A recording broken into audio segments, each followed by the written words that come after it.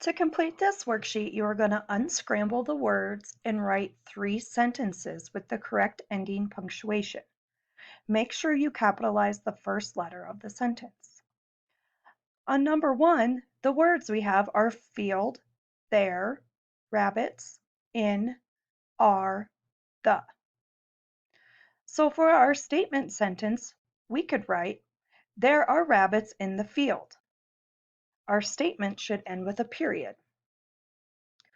For our question sentence, we could say, are there rabbits in the field? Questions end with a question mark.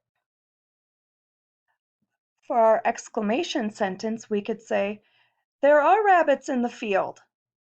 Exclamation sentences end with an exclamation point.